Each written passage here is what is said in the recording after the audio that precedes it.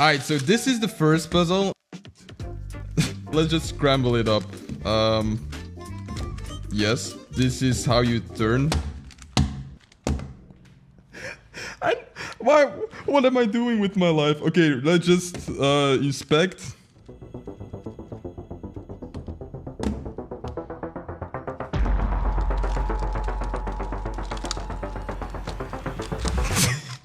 So I think the tactic is to just ignore one cube and then solve the other cube at the end.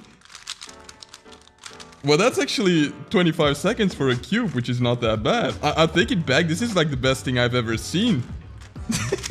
Yes, Feeper.